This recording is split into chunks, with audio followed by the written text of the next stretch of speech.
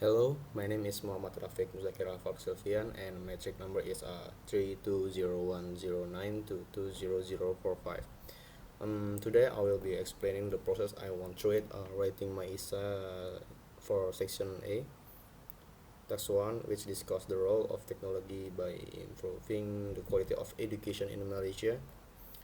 And I walk you through my planning process, how I structured my essay, and the source I use, and the challenge I face along the way. So when I first received this assessment, I began by carefully analyzing the essay question to identify this key requirement. The topic asked me to discuss how the technology help improve education quality in Malaysia.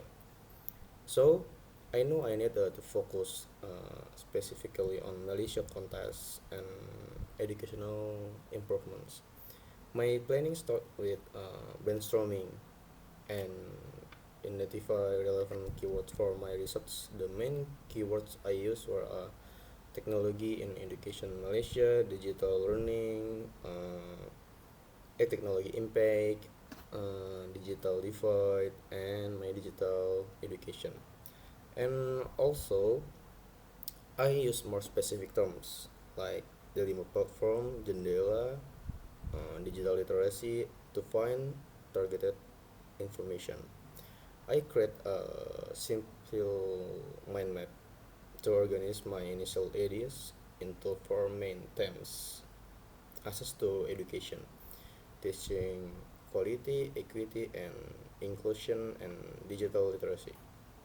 This helped me visualize how different aspects of technology connect to educational improvement. I also made sure to note that I need a credible source from government reports, international organization, and academic journal. Okay, for the structuring the essay, once I had gathered enough information, I focused on structuring my essay properly. I followed the standard academic essay format with three main sections: introducing, body paragraph, and conclusion. For my introduction, I start with a broad statement about digital technology impact on Malaysia education.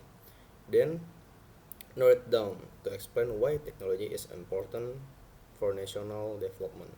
I ended the introduction with a clear thesis statement outlining the four main dimensions I will discuss: expanded access, and changing teaching, promoting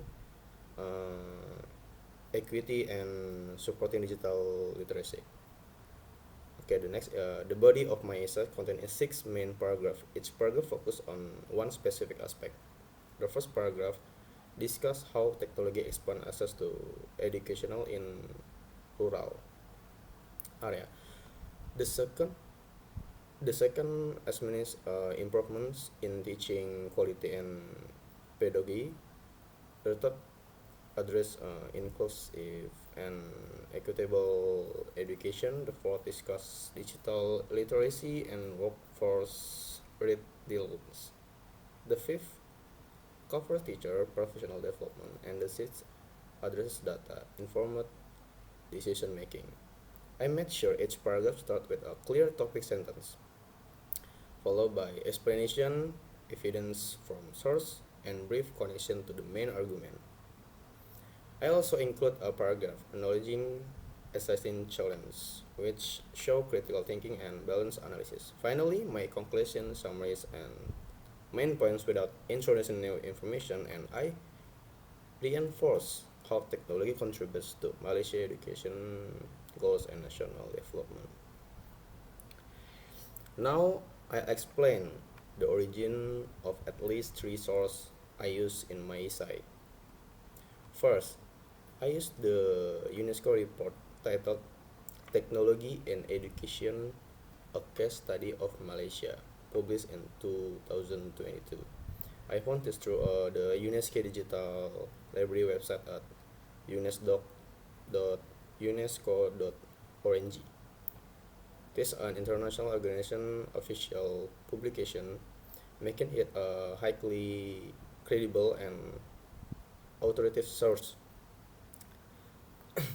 The report provides specific information about the Dilemma platform and its role during the COVID-19 pandemic.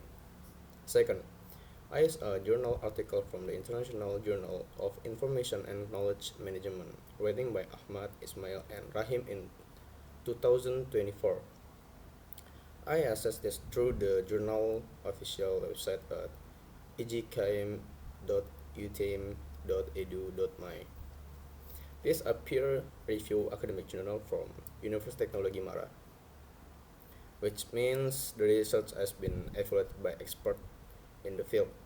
The article discussed digital inclusion and in the impact of interactive digital tools on student learning. Third, I referred the Malaysia Digital Economic Blueprint, also called My Digital, which was published by the government of Malaysia 2021. I obtained this document from the Economic Planning Unit's official website at epu.gov.my. This is a primary government source that outlines national policy direction, making it extremely relevant and authoritative for discussing Malaysia digital education initiative. I also use reports from UNICEF Malaysia and the World Bank, which are both reputable international organizations with credible research on Malaysia education. Let me explain two specific sources and I use and why I choose to include them in particular paragraph. First, in my second body paragraph where I discuss how technology improve teaching quality and learning processes, I decided to use the journal article by Ahmad and colleagues from 2024. I chose this source specifically because it provides research-based evidence about interactive digital tools and their impact on student motivation and comparison. The article mentioned gamification, real-time feedback, and else, which are concrete example how technology enhances pedagogy. This was important for my paragraph because I need to show not just a technology help teaching but how it helps and why it's effective. The academic nature of this source also strengthened the credibility of my argument. Second, in my first body paragraph about expanding access to education, I used the UNESCO 2022 case study on Malaysia. I include this source because it specifically addressed the challenge of educational access in rural areas of Sabah and Sarawak, which is a real Malaysian context. The UNESCO report provides concrete evidence about the dilemmas platform roles during pandemic, showing practical application of technology in solving access problems. This was crucial because the assessment asks specifically about technology roles in Malaysia, not just general theories. The UNESCO report gives me a factual Malaysia specific information that directly support my point about technology bridging geographical barriers in education.